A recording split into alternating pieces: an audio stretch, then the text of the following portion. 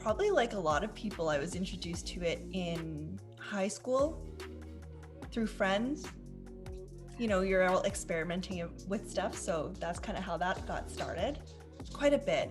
Definitely when I first started using it, it was all about fun. It was all about getting high. And now there's more purpose to using cannabis.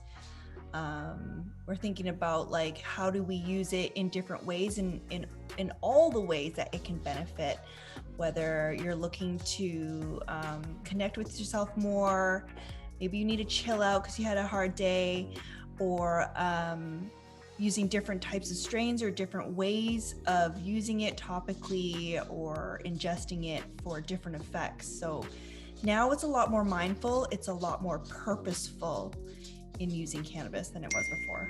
It's a great topic to talk about because I feel like it's very dichotomous in that with your friend groups or people who are more accepting of the use of cannabis, like there's no hiding it. You're talking about it, you're happy to talk about it, you're proud of it.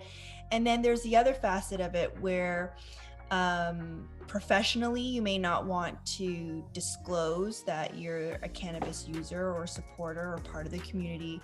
And then of course, depending on for me at least, my upbringing, my family was like the last to know. And that was part of because of the fact that there's a lot of stigma still around that, a lot of fear and misunderstanding and misinformation about cannabis. And my parents were probably the last ones to know about it.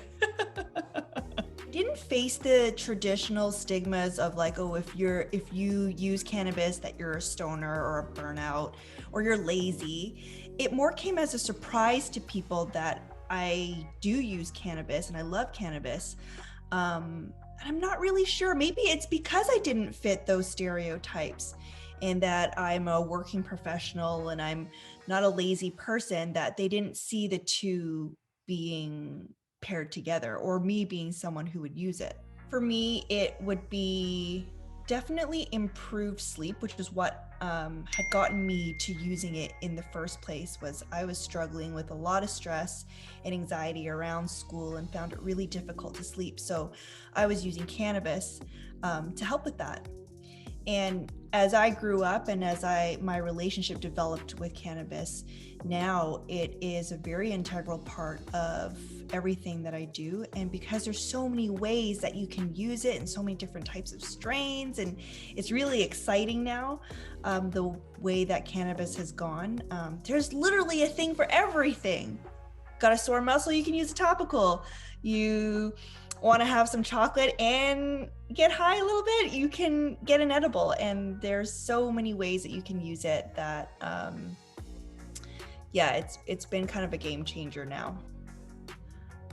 Probably the same thing, that that they're lazy, unmotivated, or actually, another thing is that it feels like there's this idea that cannabis is only for a certain age group, the young. And that's certainly not the case at all. But it almost feels like, oh, after a certain age, you just don't do that anymore. And that probably has been something that was more surprising to me in dealing with that area of stigma, or what people think is like only young people use it. And if you're older and using cannabis, then, all of those negative stereotypes that often come with cannabis use. Sovereign Life Initiative is about this movement towards self-governance, our ability to choose our lives for ourselves in the way that we want to live it, and to be in control of our bodies and our minds. And the initiative part of that is helping others find that for themselves, to help them feel confident and empowered and capable to create a life by their design, and to be free of a lot of the social pressures, a lot of the self-limiting beliefs that are around, and just to live life to the fullest and to be happy and to have fun while doing it. So life coaching is something that's a little bit newer on the scene. It's not therapy, but it definitely feels very therapeutic to have that space to kind of figure out, what your next direction in life is. And the sort of services that I offer work hand in hand with plant medicines, um, and helping people figure out how they can fit that into their lives, how they can support their daily routines with it. And a lot of the subject matter that people come with are all over the place. It's from finding happiness and purpose to major life transitions like moving to a new country or a career change.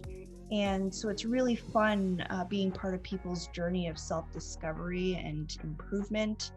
And if we can partner plant medicines along with that, I am totally game for it. Personal coaching style might be, it's kind of cheesy, okay? I was thinking about that. It's like seriously fun. We talk a lot about difficult things, when people, especially if they're trying to understand or find purpose in their life, or what happiness means to them. It's serious stuff, and you get to uncover a lot of challenging material. And so that's a serious part of it. And when we do this work, we're also serious about it. We're really about figuring out what's going on and how to break through and, obtain some of those goals. But what's really important in all of that is, while we're dealing with really difficult and challenging material, is that we have a little bit of fun, and we have that opportunity to play and be silly and try ridiculous ideas that we wouldn't normally get the opportunity to, because man, life can't be that serious all the time, so we gotta have a little bit of fun along the way. Yeah, one of the things that sort of led me to coaching, and I often see a lot in my clients, is that moment of breakthrough.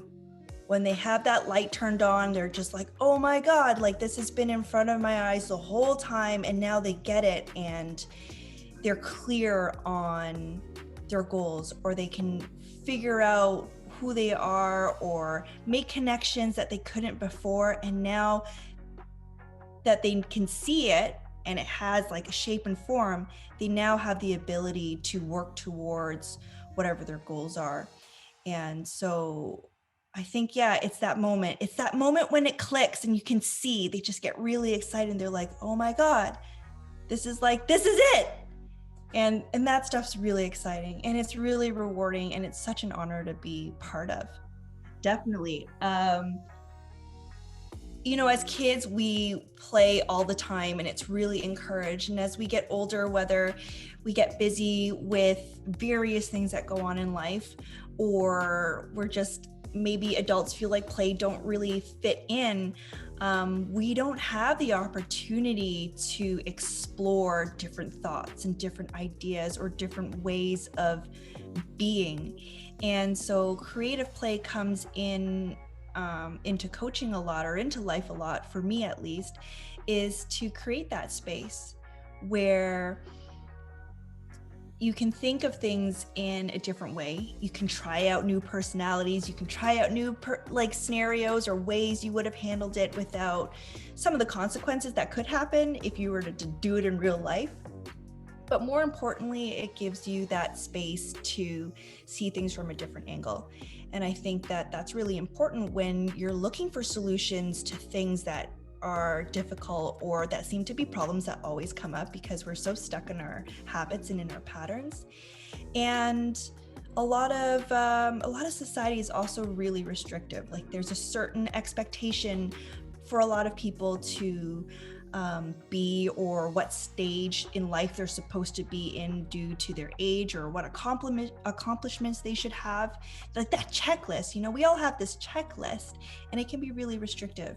And for some people, it might not be for them, or they need to find a different way to do that so that they can do it in a way that makes them happy, and is true to them, and ultimately leads to happiness and fulfillment. Well, that goes right back to my childhood and traditional Chinese medicine. My mom's a pharmacist.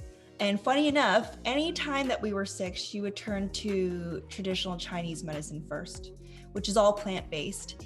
And even though it looked like swamp water, tastes like swamp water, smells like swamp water, that stuff worked. And it really, really worked. And as I grew up and started to experiment more with other things like cannabis and other plant medicines, I realized that there's a lot of power in them, and far less side effects than a lot of other prescription medications had. So that's what got me into that. I think the access is great. Certainly here in Toronto, we have a lot of access to a lot of different types of cannabis and forms that it comes in. Now, I really think the important part now is education. And aside from breaking free or undoing some of the stigma around cannabis use, it's also telling people and showing people the different ways that cannabis can be used. And it might not be a panacea, although I feel like it is. There is a possibility to use cannabis in everyone's lives if they find that it's suitable for them. And it's not restricted to age group or ailments. And if you're bringing it into the world of wellness as well, cannabis has a lot of application in that area. And as we're also shifting away from alcohol or looking for healthier lifestyle alternatives, cannabis is also kind of breaking into that space where it can be fun again as well. And it can be used in those party-like situations, responsibly, of course, but we're seeing a lot of that coming in, which is really cool. And it offers an alternative to some of our usual ways of enjoying ourselves. Definitely. We're kind of chomping at the bit right now to get these programs running. And obviously with our current pandemic situation, hosting real live events with real people together in one space is a bit difficult. But the main thing with that is creating connections with our community and creating a space where people can come in and ask their questions about cannabis. Dispensaries can sometimes be a little intimidating. There are so many choices and so many things you can do. And creating seminars or drop-in hours where people can come in and ask their questions and find cannabis that could help with whatever they're looking for. And I'm looking forward to doing, actually, one thing I'm really looking forward to is like a ladies' brunch day where they can come in and kind of experience cannabis for themselves. I know a lot of ladies are now turning to cannabis, but I also feel like it's a little bit of a space where we're not talking about it with each other and how we can use it as a wellness product for women. And so that's something I'd really like to begin to do. And because there's so many fun ways to use it, I think it'll be a really neat little program to do for them to explore all the different ways to use it. I have a different thing for everything. So obviously my favorite way of consuming cannabis is either vaping, flower, or tincture. And so I have my arsenal for daytime, all sativa dominant or sativa leaning strains. And often in those things, or during the day, I want something fast acting, so I'll smoke it. At night, or when I want to wind down, then I turn to the indica strains, usually in tincture form. It's a bit longer lasting. And depending on, I guess it just depends on the activity. Right now I'm finding using cannabis for my meditation routine to be really, really wonderful, to kind of get in the zone and stay with that practice. So that right now is kind of where it's at for me. This is definitely an area of passion of mine, and we shift a little bit into the psychoactive plants like psilocybin and mushrooms. And what we find here is that these psychedelics have a way of disrupting our default mode network, which is how our brain kind of relays information around. And it creates a little bit of disorganization, but in a good way, and ties back into that kind of creative play where we're allowed to, or suddenly we're able to make these connections in our brains that we weren't able to before, and allowing us to either see a situation from a different angle or feeling more connected with parts of ourselves or feelings that we have that are disjointed. And certainly there's always this huge feeling of connectedness to the world around us. And especially with our social distancing and our isolation, connection has been something that we're lacking. And I feel that plant medicines and psychedelics have a way of connecting ourselves and with the environment and nature around us. And there's a lot of exciting research going on right now with psilocybin and its implications in mental health and in palliative care. And it's providing people with again, another alternative. And I'm really excited that that's happening for us now. And it's time for that paradigm shift to happen, to challenge our traditional ways of doing things and actually turning back to a little bit of our past. Psychedelics aren't new, but they're having a new resurgence now, which is really exciting.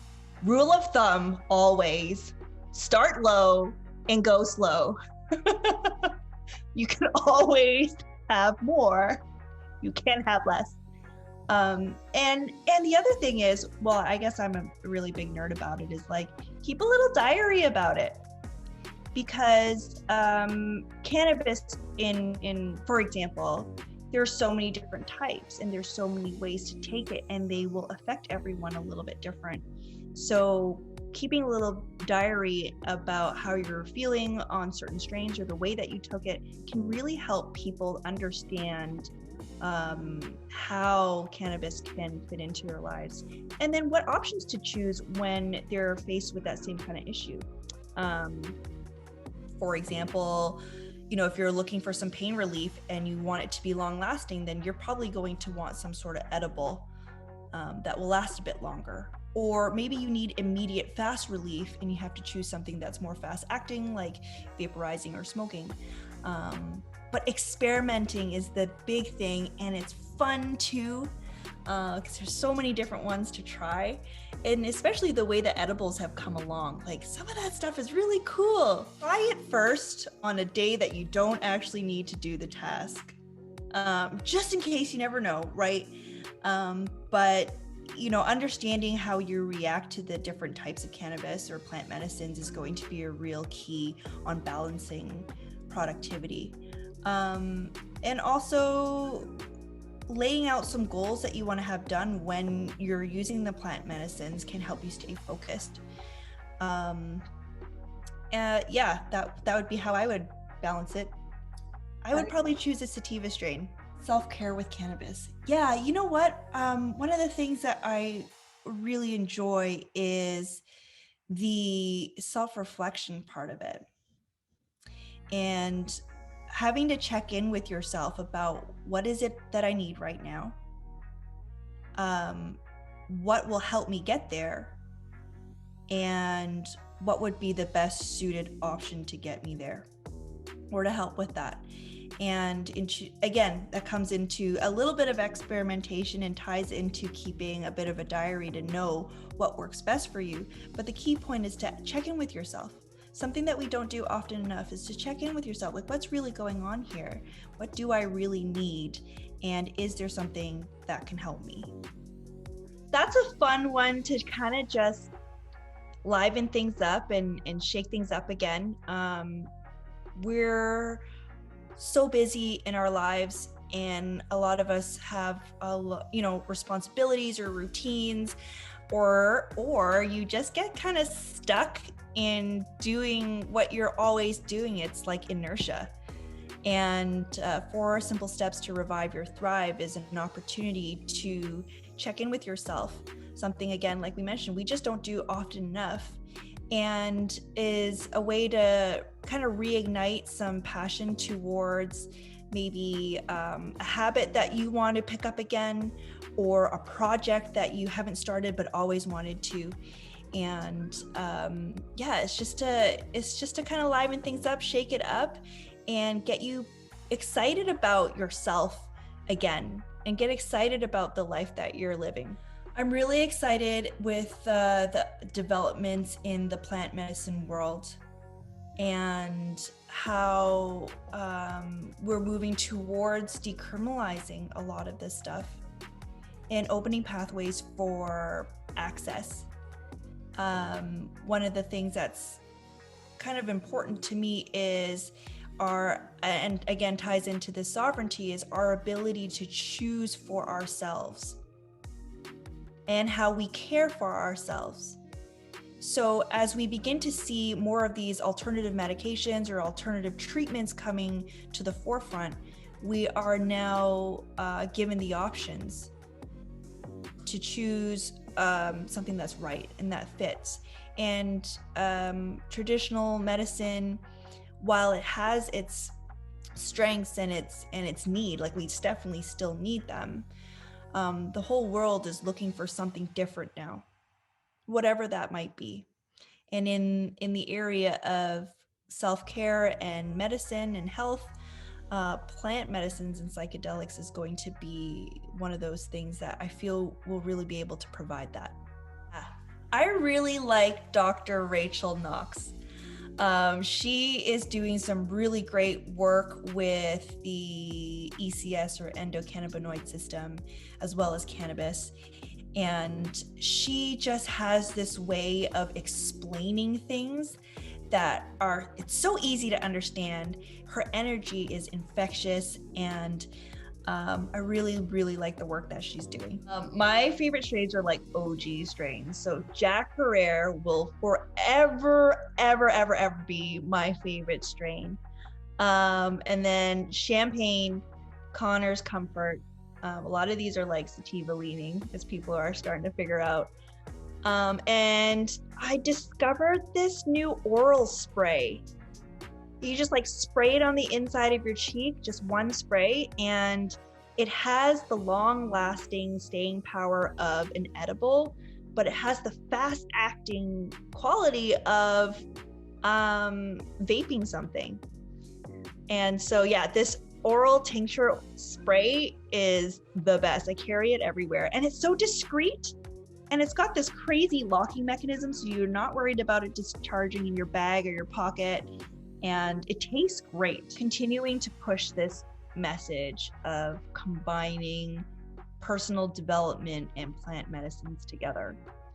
And I'm looking forward to the opportunity to do the women's brunch, to do these different kind of get-togethers or social events around cannabis. And I think the main thing is that I'm really looking forward to being able to do this in the flesh.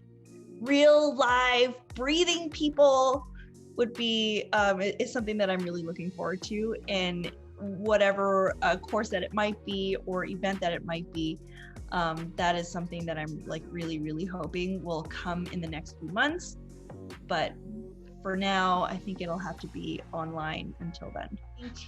This one comes with actually the sense of community, and something that I've been very fortunate with, and especially when you reached out to me, was how open and willing members of the cannabis community are to help and support each other. And even if cannabis were removed from that, which I don't think will ever happen, but it's that idea of supporting one another and creating a community. And if the world could do a little bit of that and just kind of unite on the same front for the same, like having the same passion and desire and excitement towards cannabis, would be wonderful.